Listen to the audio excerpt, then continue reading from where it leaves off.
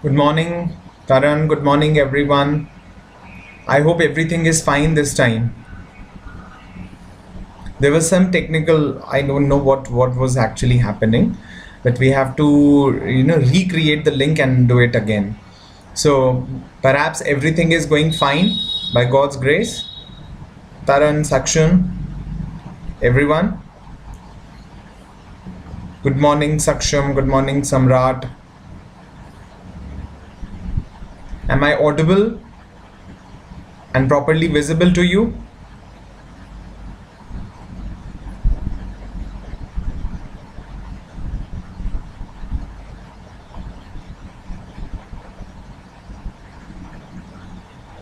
Okay. Good morning, Shalvi.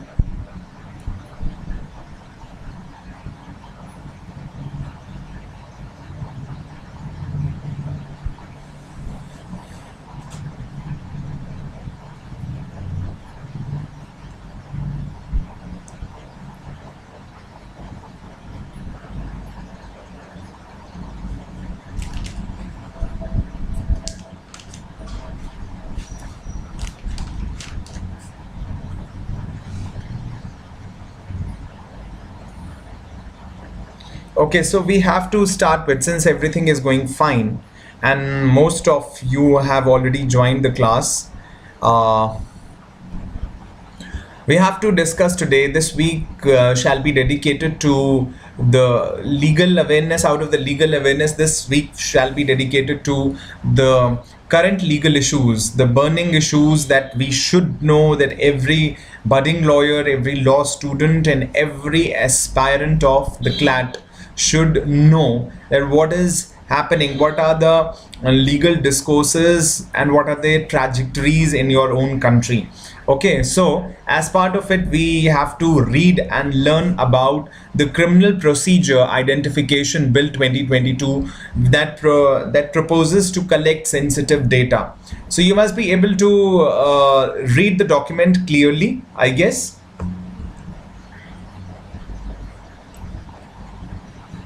Okay, so what is the legislation about? What are the major changes proposed? The story so far. On March 28, Minister of State for Home Ajay Kumar Mishra introduced the Criminal Procedure Identification Bill 2022 in Lok Sabha.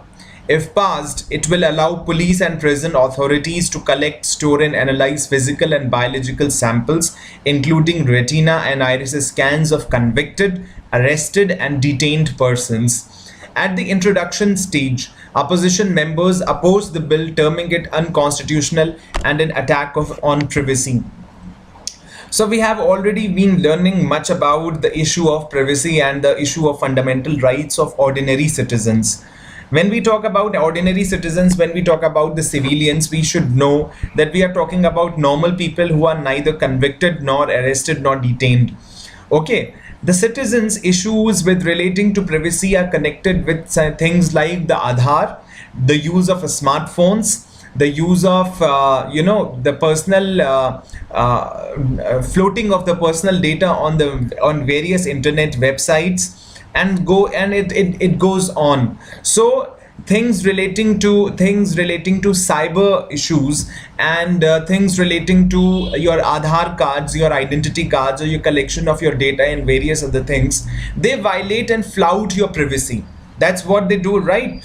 Privacy, you must be knowing that it's an issue which is, in the current days, it's a burning topic. But despite being a very burning topic, and despite so many debates have been conducted, and despite such a landmark judgment on the issue of privacy by the Supreme Court, the privacy of an individual, of every individual, continues to be flouted. This is a dangerous precedent. What happened in the case of Aadhaar cards? When the government of India brought and introduced this policy of Aadhaar cards, how was it different from the other identity cards? It is different from other identity cards because Aadhaar card is an identity that contains your biometric data, unlike other identity cards. That is not the case with your PAN card. That is not the case with your ration card. That is not the case with your bank passbooks. That is not the case with your electricity bills. That is not the case with any of the things that falls in the category of your identities. But what makes Aadhaar a distinct identity? It makes, that is the biometric data of every individual that is contained in the Aadhaar cards. Like for example, your iris scan and your fingerprints. Now your iris scan and your fingerprints do not match with any other individuals. Your names with the other individuals can be same or similar. You can share a common number, you can share a common age. You can have resembling faces. You can have resembling addresses. But what will distinguish you from the other individuals with whom you share and resemble so many things is your biometric data. So when the matter went before the Supreme Court, in more than 120 petitions were filed before the Supreme Court against the policy of Aadhaar card, against the policy of unique identification, the Supreme Court found that almost every petition was grounded on the fact that this clearly flouts the privacy of every individual, which is a fundamental right under Article 21 of the Constitution of India. Right to life and personal liberty would include every individual's privacy. And a human being's life, the most important thing in any human being's life that keeps up his dignity is his privacy. Once his privacy is flouted, he has compromised much of his, internal things with the people. So it's a dangerous precedent.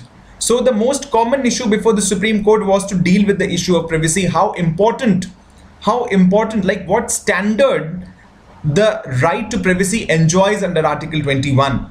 The Chief Justice of India constituted a 9 judges bench, and surprisingly, this rarely happens, and this has rarely happened in the history of Indian judiciary, that all the 9 judges on the bench unequivocally and unanimously with a ratio of 9:0 held that right to privacy is an uncompromisable, unfettered right under Article 21 of the Constitution of India.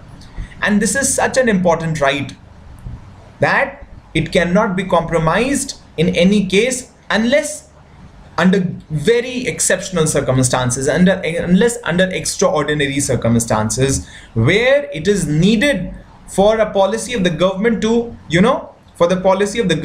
take its own course. That in such cases privacy can be compromised a little, by the state. But the question is that Criminal Procedure Identification Bill 2022 raises the same pertinent question, that if it is going to collect the sensitive data of the convicted, arrested and detained persons, then it again raises the issue of privacy.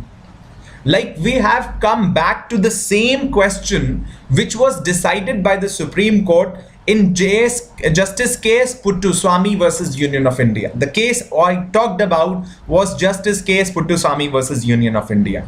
So we have come back on the same ground, on the same, from where we started. This Criminal Procedure Identification Bill 2022 has brought us to the same point, to the same ground from where we started.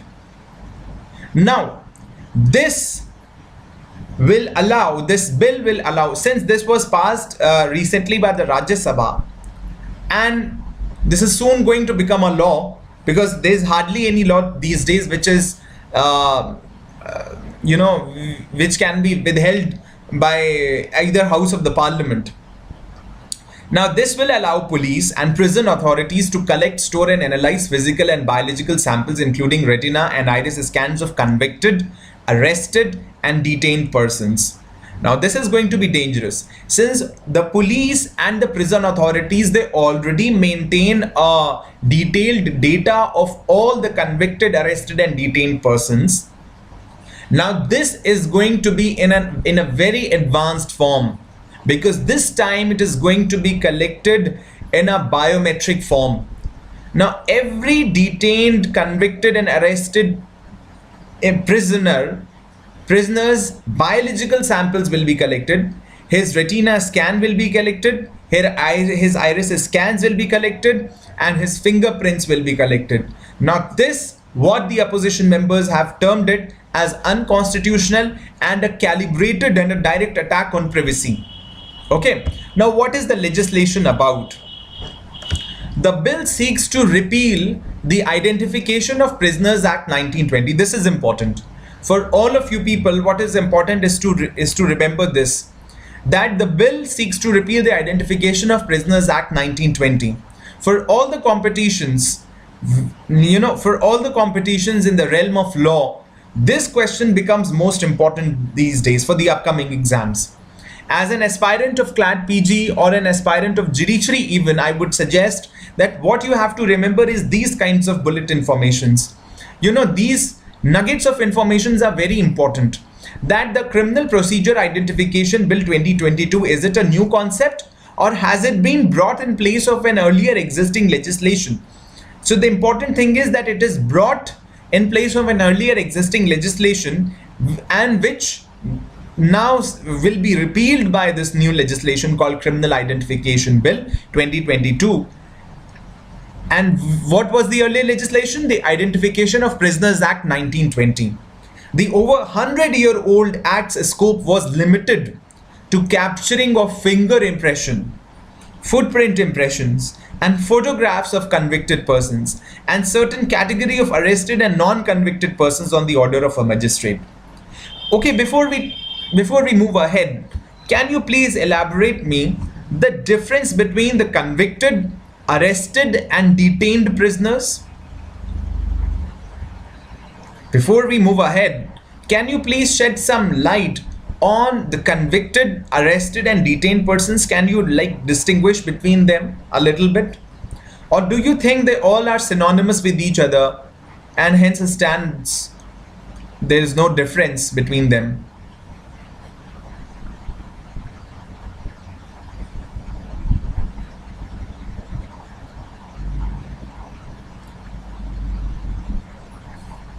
There are so many people today. I want you to shed some light.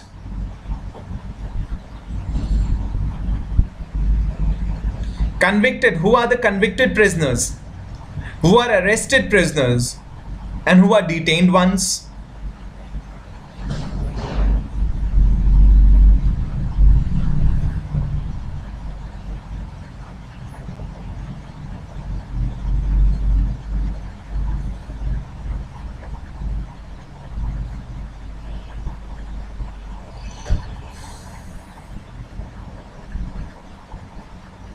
Okay, convicted, Chitralekha says, are proven guilty for the offense. Exactly. Who have been found guilty, who have already been found guilty by the court of law and have been punished, convicted. Okay, then Prableen says convicted are those against whom court has passed an order of conviction during trial. Very good. Nikhil says arrested is just an accused. Yes, that's right. Ankita says convicted, guilty. Yes. Arrested, not yet found guilty. Very good, Ankita. Shrida says convicted who has committed the crime or person found guilty. Yes. Chitralekha says arrested and detained are accused under trials. Okay. Now, there are, the convicted persons, and there are under trial prisoners also, who are mostly arrested or detained persons. Under trial prisoners who are not yet proven guilty by the court of law, and they are yet to be found innocent or guilty, right? So at the introduction stage, there are a lot of comments. Detained, arrest before trial. Detained are the prisoners against whom court proceedings are going on. Arrested, accused, or prime suspect. Yes. Apeksha says convicted means after a trial proved to be guilty and the judge orders to be convicted for certain years. Found guilty for the offense. Detention. Prableen says detained are the ones who are in police custody and are under trial. Very good. So that means you have a good idea about the convicted, detained, and arrested persons. Okay, now what is the legislation about? The bill seeks to repeal the Identification of Prisoners Act 1920. The over 100-year-old Act's scope was limited to capturing of finger impression, footprint impression, and photographs of convicted prisoners and certain category of arrested and non-convicted persons on the order of a magistrate. Now, what was this Identification of Prisoners Act 1920 was about? This is like 100 years old, like more than 100 years old act, and the scope was like that every prisoner authority or the police is going to collect the finger impressions, the footprint impressions, and photographs of convicted prisoners. Photographs of convicted prisoners and certain category of arrested and non-convicted persons on the order of a magistrate.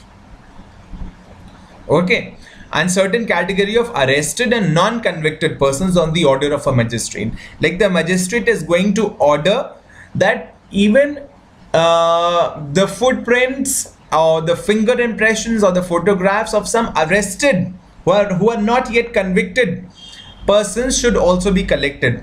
But that's going to happen only on the order of a magistrate. This was the provision of the Identification of Prisoners Act 1920. Okay. Now there are so many detailed comments. Stuti Sangamitra says detained under judicial proceedings, very good. Prablin says accused can be in judicial custody too, but detained are not. Taran says detention is of temporary nature, wherein the accused can be kept behind the bars for a limited period of time until the charge sheet is framed by the police personnel. Very good. So now look at this, what I'm telling you. Okay. What was the provision of the Identification of Prisoners Act 1920? This is like over 100-year-old act, and the scope was that the prison authorities they were supposed to collect the finger impressions, the footprint impressions, and the photographs of the convicted persons, and on the special order of a magistrate, some of these details were also supposed to be collected from the arrested and non-convicted persons as well. So the statement of objects and reasons of the 2022 bill said that new measurement techniques being used in advanced countries are giving credible and reliable results and are recognized the world over. So this new, let it be Taran. Now let's move ahead. Whereas arrest is of a permanent nature, wherein the accused is kept behind the bars only when the relevant evidence is admitted by the court. Okay, Taran, very good. Now let us focus on the paragraphs ahead. So the statement of objects and reasons of the 2022 bill said that the new measurement techniques being used in advanced countries are giving credible and reliable results and are recognized the world over. So the question is that this law, the Criminal Identification Bill 2022, is not something new. This is just an advanced stage, an advanced shape, or an advanced roop, you can say in Hindi, an advanced phase of the Identification of Prisoners Act 1920. We have modified the government has modified the Identification of Prisoners Act 1920 in accordance with the techniques that we have today. Okay, and is trying to put it and give it a new name called the Criminal Procedure Identification Bill 2022. So it said that the 1920 Act does not provide for taking these body measurements, as many of the techniques and technologies had not been developed then. Okay, so it said that the 1920 Act does not provide for taking these body measurements, as many of the techniques and technologies had not been developed then. Now, since these technologies were not then developed, so the Identification of Prisoners Act 1920 was not using these techniques, like how to collect the retina and iris scan. That was not possible. Collection of biometric data was not possible when Identification of Prisoners Act 1920 was brought, and it was not possible till very recently. Okay, otherwise some changes could have been made in the Identification of Prisoners Act 1920 and this would have sufficed, but that's not the case. Since we have like overhauling the entire system and we are making it technologically so much updated that the 1920 Act needs to be repealed, and an absolutely new law in place of it needs to be brought in. So it said that the 1920 Act does not provide for taking these body measurements, as many of the techniques and technologies had not been developed then. Now, Decoding the Criminal Procedure Identification Bill 2022. What are the major changes proposed? It proposes four major changes. First, it would define measurements to include signature, handwriting, iris and retina scan, physical and biological samples, and their analysis, etc. Okay, so it proposes four major changes. Are you getting my point? Have you been able to understand all the things that I have discussed so far? There's a question from Ankita. Iris scan means the impression of your iris is present inside your eye. Okay. Scanning the iris would render your biometric data to the person who is collecting it. Okay. Iris is present inside your eye. Okay. And this is one of the unique things that is present in the human body. It does not match with any other individual. Okay, you have a unique iris feature, and that solely belongs to you. That proves your individuality, Ankita. Okay. So it proposes four major changes. First, it would define measurements to include signature. Now, measurements would include, like the Criminal Identification Procedure Bill 2022. It suggests that measurements needs to be collected. Measurements of the convicted, arrested, and detained persons needs to be collected. Now, what do you mean by measurements? It defines measurements. Measurements would include signature, handwriting, iris and retina scan, physical and biological samples, and their analysis, etc. Okay. It does not specify what analysis means, implying that it may also include storing DNA samples. Now, signature is very specific term and can be well understood. This handwriting can be well understood. Iris and retina scan can be well understood. But when it comes to physical or biological samples and their analysis, what do you think? Biological sample, when we say biological sample, do you think this is a specific phrase, or this is a general phrase that would include any sort of biological thing? What do you think? Yes, Prableen, very good. Even your mobile phones these days, they require your iris and retina scan, including your face unlock. Like every phone today has this feature of unlocking your phone with your face identity. Now, what does that phone do? It scans your iris and retina to identify that the person is sane. Now I am asking, what do you mean by physical and biological samples? See, signature, it's a general phrase, right? As Samrat Singh says, it's a general phrase. And this gives the government liberty to include anything in the name of biological samples, including DNA.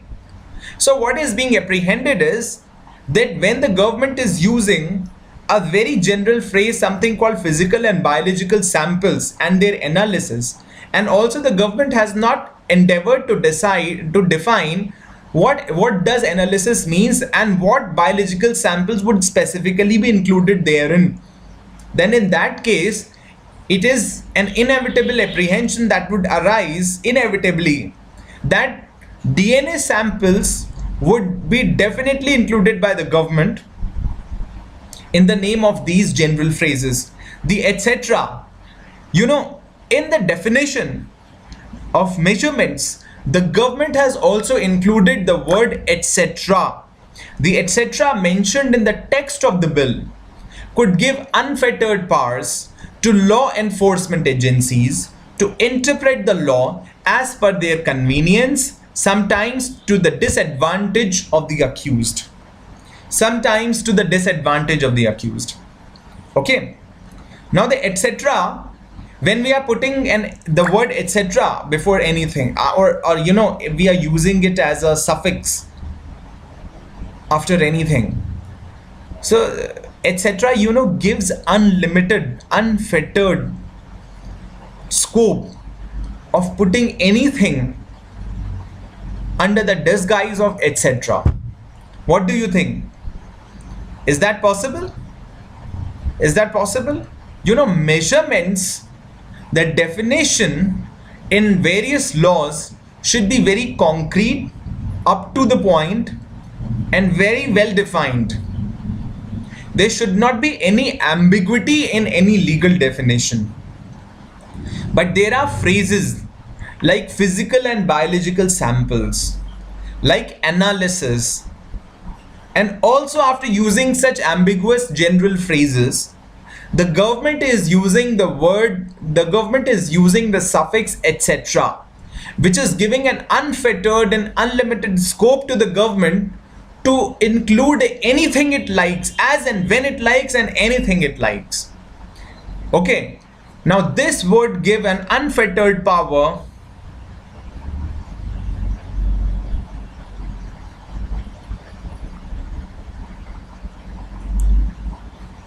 Chitralekha says that she does not owe disrespect to anything, but a prison authority may take advantage of that word and exploit women inmates under the name of measurements. That's right, Chitralekha. You are absolutely right. These are the apprehensions that would arise in anybody's mind, whosoever is concerned and whosoever especially hails from the legal fraternity. But the question is, Chitralekha, that this is not solely about the women inmates. This is not solely about the women inmates. First of all, the definition itself is very ambiguous and general in terms, because the definition in law needs to be very specific and very concrete. Like, it should be up to the point. But the phrases like biological samples, the word like analysis, and after using these general phrases, the government is using the suffix of etc. When the suffix of etc. is used, this gives liberty and unfettered scope to the law enforcement agencies to interpret the law and put anything under the shadow of etc. as per its convenience, and sometimes to the disadvantage of the accused. Sometimes to the disadvantage of the accused. Okay. Now second, we are talking about the 4 major changes. Have you understood the first major change? Have you understood the first major change?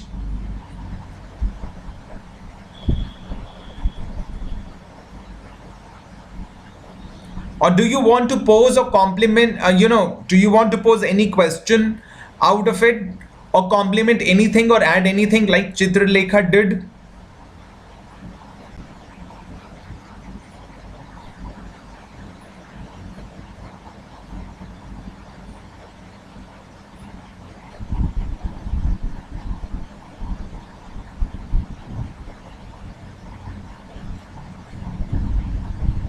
Okay, now these are the things, like the enforcement agencies would interpret the law as per their own convenience, sometimes to the disadvantage of the accused.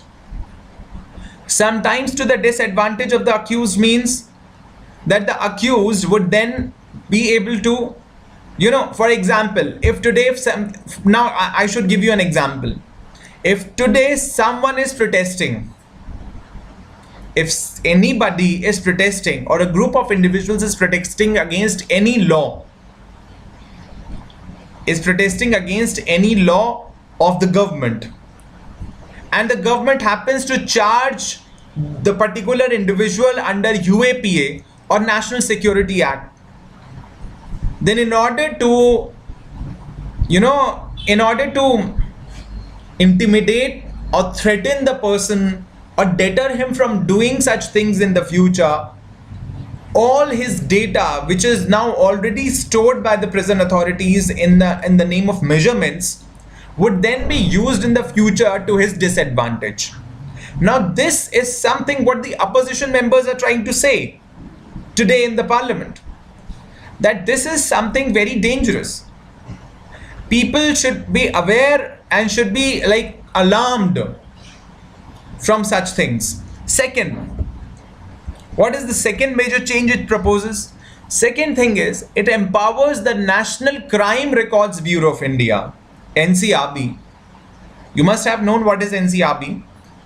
It empowers the National Crime Records Bureau, NCRB, under the Union Home Ministry to collect, store and preserve the record of measurements for at least 75 years. The NCRB will be able to share the data with other law enforcement agencies as well. Police is a state subject and NCRB works under the union government, and experts contend this provision may impinge on federalism. So you must have an idea about what is federalism. What is federalism? That's a shared power between the center and the states. Albeit we are quasi-federal state because we have a given set of circumstances under which all the powers of the state governments they are usurped by the central governments. So like Professor Upendra Bakshi rightly puts it, he says that you can call our government a unitary government with some federal features or a federal government with some unitary bias. But still, whatever federalism we have, it is being under attack by this provision because National Crime Records Bureau, it is a union government's agency because that works under the Union Home Ministry. It collects, store and preserve the records of measurements for at least 75 years as being empowered by, as has been empowered by the the Criminal Identification Bill 2022. Now it's going to store these measurements for 75 years. The NCRB will be able to share these data with all the other law enforcement agencies as well, as and when required. Like the law enforcement agencies, if they are investigating some matter and they suspect that some full-fledged criminal who is a history cheater is involved in this case, then the law enforcement agencies can approach the NCRB very easily. They can seek all the data. They can collect all the data, like it is being stored for the next 75 years. Even if a history cheater is doing an act and he's being suspected for doing an act after 10 years or 20 years, his measurements are still recorded and saved with the NCRB. The law enforcement agencies can approach the NCRB if they are apprehending his hand behind the crime. Then they can, what they can do, they can seek all the details of the suspect and can move ahead in the investigation process. That's right. That is all right, but police is a state subject and NCRB works under the union government, and experts contend this provision may impinge on federalism. Now police is a state subject, crime is a state subject. If the police and the prison authorities, they were supposed to collect the data under the older Act of 1920, you would have remembered this. Do you remember this? You can see the Identification of Prisoners Act 1920 empowered the police and the prison authorities to collect the data. Okay, and these both the authorities, they were the state authority. Sorry. They are the state authorities. Now who is being empowered under the new law? A central government agency is being empowered in place of police, in place of prison authorities. Who is being empowered? A central government authority, the NCRB. Are you able to understand the difference between the older law and the new law? Saksham is asking what impinge means. Impinge means to, to tread upon, to encroach upon something. This is impinging on, this is encroaching on the federalism. This is attacking, this is injuring federalism, Saksham. Okay. Nikhil says the government should also make the strict laws relating to the sharing the recorded data to another agencies. That's right. Will these measurements under public domain for the period of 75 years? Not under public domain, Stuti. Stuti, your question is not right. Not under public domain. You have to correct yourself here. They are going to be stored with the National Crime Records Bureau, the NCRB. They're not going to be put in the public domain. These things are not supposed to be put into public domain. They are going to be stored with the NCRB. See, what is the contention here is that NCRB happens to be a central government agency, while crime and police is a state subject. So in place of a central government agency, rather the police and the prison authorities should have been empowered by this law as part of federalism. Whom are you empowering? The NCRB, which is a central government agency under the Union Home Ministry. You should not empower a central government agency when police and crime happens to be a state subject. This is an attack on federalism. Are you getting this point? Are you able to understand the second point, the second major change proposed?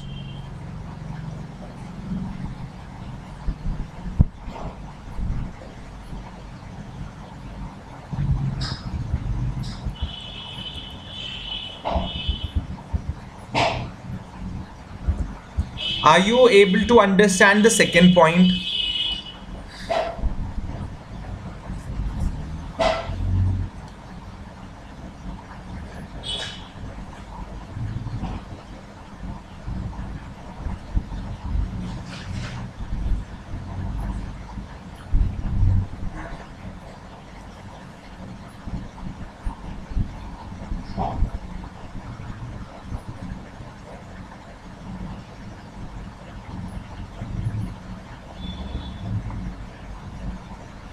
Okay.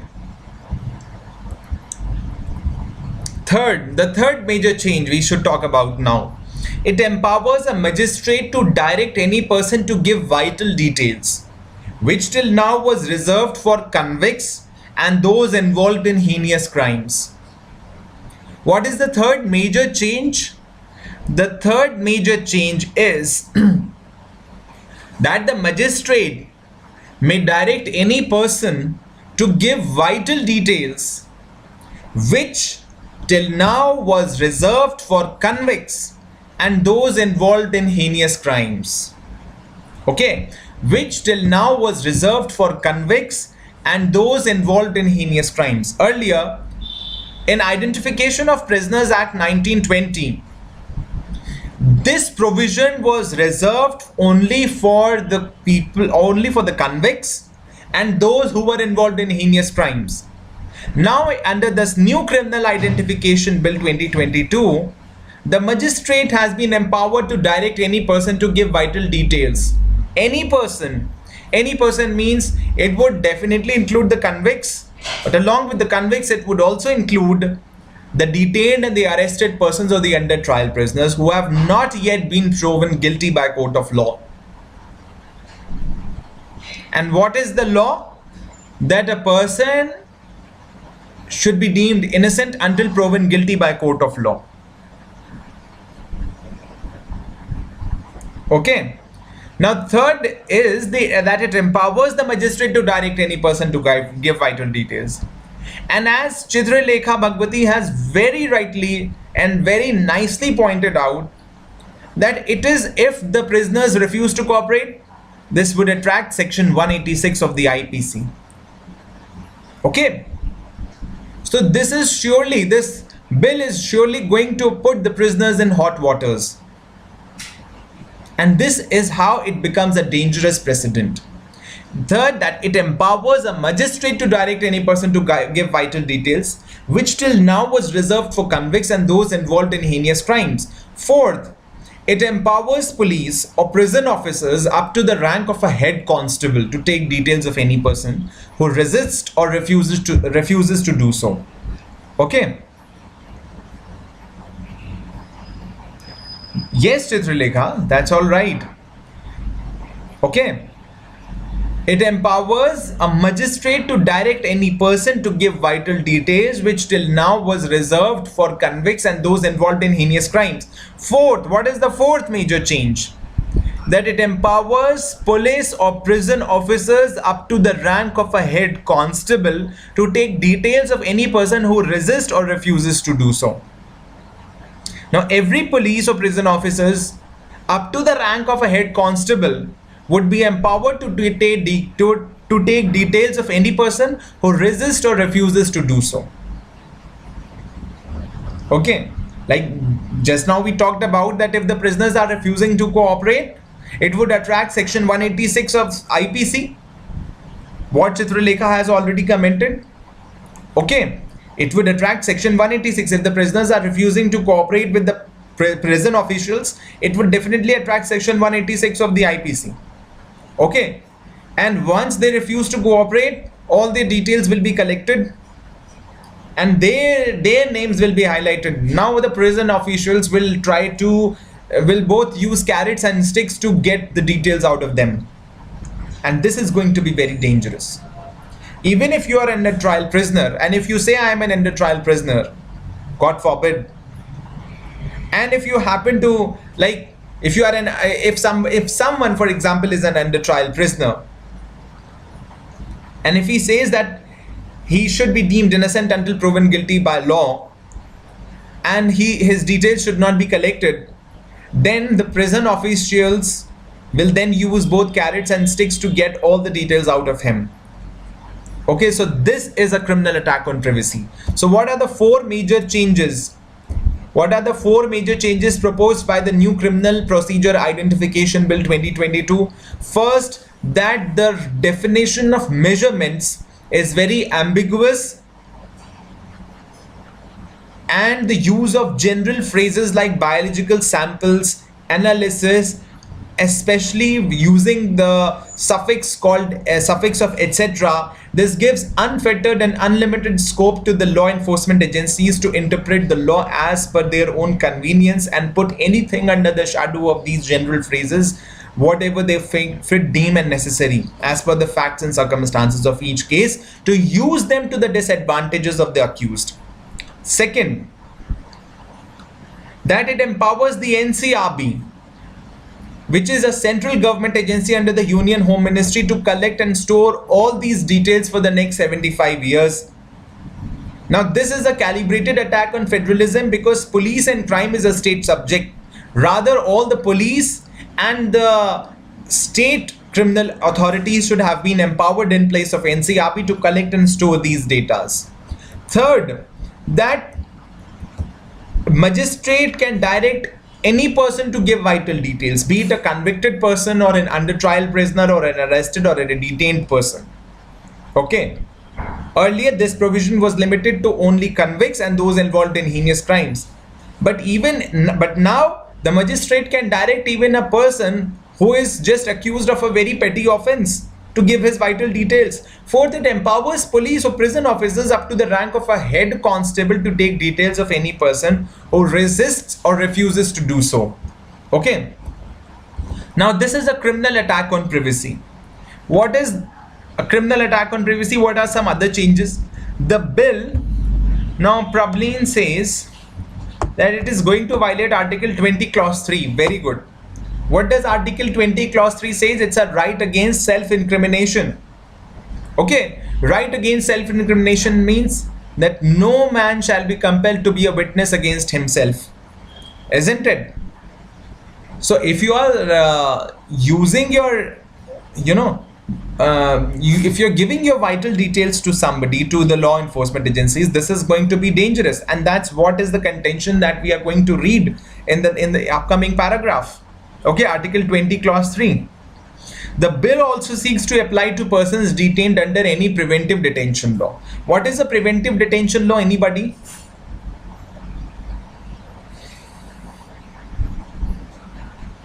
What is a preventive detention law?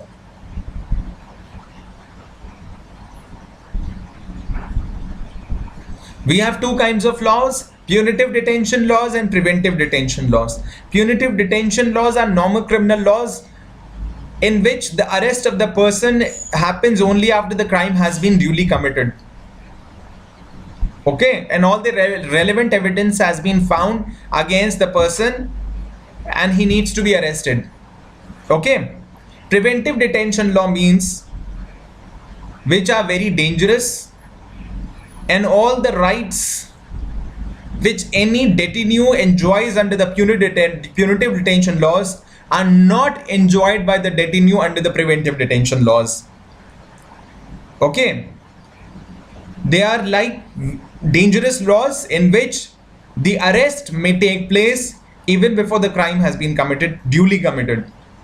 Okay, the bill also authorizes taking vital details of other persons for identification and investigation in criminal matters.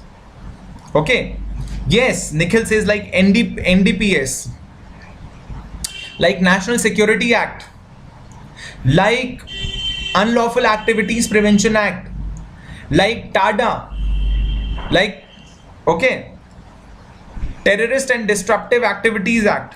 Okay, yes, so the bill also authorizes taking vital details of other persons for identification and investigation in criminal matters.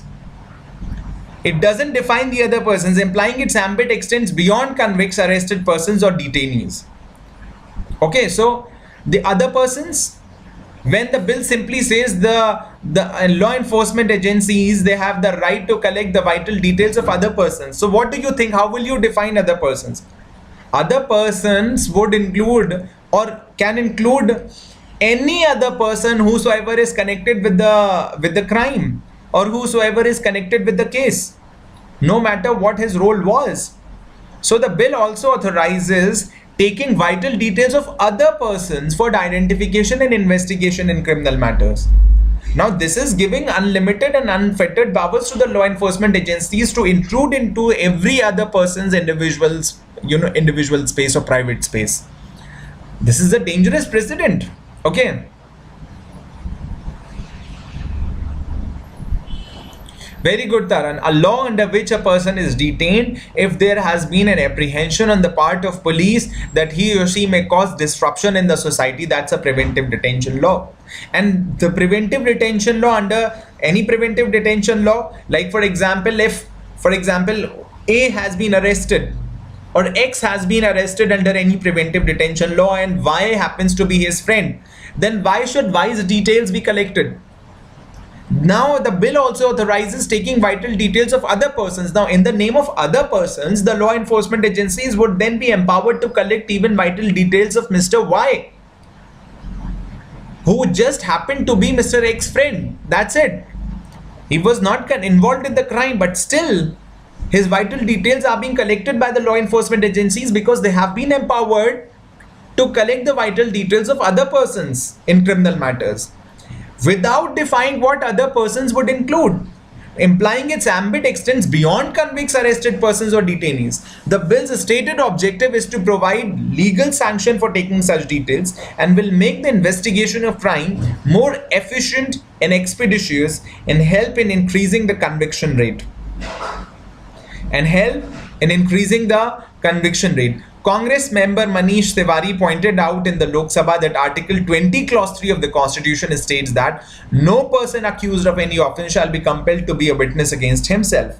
Okay, BSP member Ritesh Pandey opposed the bill, saying it proposes to collect samples even from those engaged in political protests. Okay, now is there a precedent? The Karnataka Assembly passed the Identification of Prisoners Karnataka Amendment Bill in 2021 to amend the 1920 Act for application in the state. You must be knowing that every criminal law is subject to be amended by every state government. That's the liberty. Even CRPC has so many changes in various other states. Okay, every state has its own like little changes which are done within the central government laws. Every state government has that power. Okay.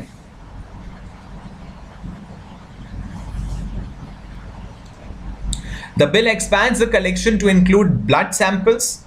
In Karnataka, the bill expands the collection to include blood samples, DNA, voice and iris scans for effective surveillance and prevention of breach of peace and crime. Now we are turning into a surveillance state. After reading this, the only inference that we can draw is that we are turning into a completely surveillance state.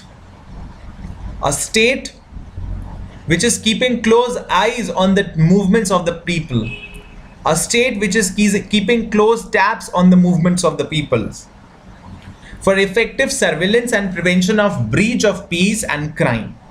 Okay, the bill expands the collection to include blood samples, DNA, voice and iris scan for effective surveillance and prevention of breach of peace and crime. It empowers the superintendent of police or deputy commissioner of police to order collection in addition to a magistrate to avoid delays and reduce the workload on the judiciary. As the provisions of the bill were repugnant with the 1920 Act, a central government's act, Governor Thawar Chand Gehlot reserved the bill for consideration of the President of India. Under the process, the bill is examined by the Ministry of Home Affairs and is sent for interministerial consultation. The bill is yet to be cleared by the MHA. Now the government has introduced a fresh legislation to replace the 1920 Act that will be applicable across the country. The states have been empowered to notify rules under the Act to specify the manner in which details could be recorded, preserved, disseminated and destructed, and any other matter which is to be prescribed or in respect of which provision is to be made. Okay. Now, similarly, the Tamil Nadu introduced and notified the identification of prisoners Tamil Nadu Amendments Act in 2010. The act allows the police to draw blood samples other than the specified measurements from the limited categories of suspects and convicts defined in the 1920 Act. Though President's assent is awaited for the Karnataka bill, the Tamil Nadu Act has been in practice for more than a decade after it received the assent of the governor. Okay. Now the question is that states like Karnataka, states like Tamil Nadu have already amended the Identification of Prisoners Act 1920 within their own state liberties, state powers. But now, since the Identification of Prisoners Act 1920 happens to stand repealed with a new legislation and replaced with a new legislation called the Criminal Procedure Identification Bill 2022. So all these states like Karnataka and Tamil Nadu will their amendment acts will already stand repealed. And now they all will be dealt with the new Criminal Procedure Identification Bill 2022. Okay, which has already created provisions which these states wanted to do. Okay, now these are the major changes. That's how it is a calibrated attack on the privacy of the prisoners and also on the general people, not only on the prisoners, also on the general people, because phrases like other people have also been used in the law. Now you must have got an idea about the Criminal Procedure Identification Bill 2022. If you have anything to ask or to add, you are most welcome to do that.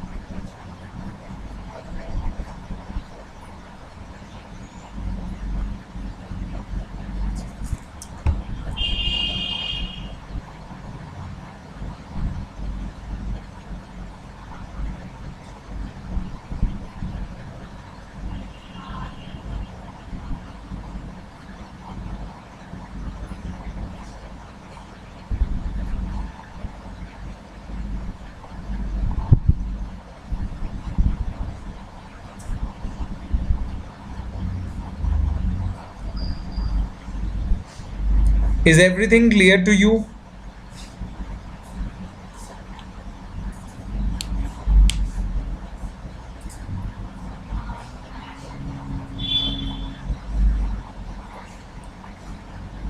Okay, so tomorrow we shall be discussing another topic from the current legal issues.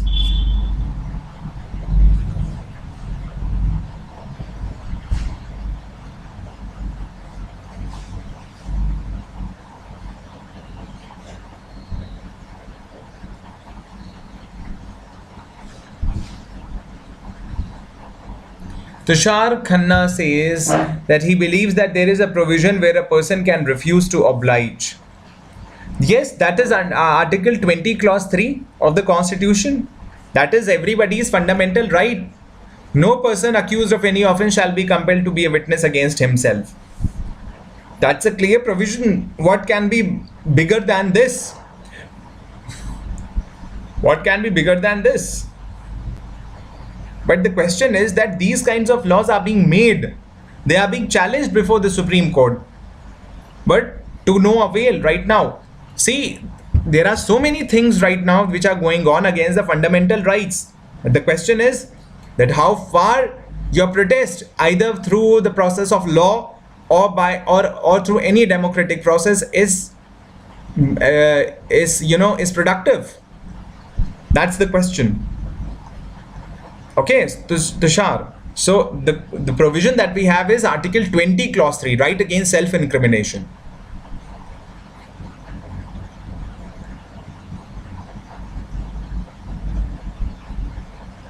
Okay, so I'm now ending the live stream. Hope to see you tomorrow with a new topic. Okay, thank you all. See you tomorrow. Bye bye.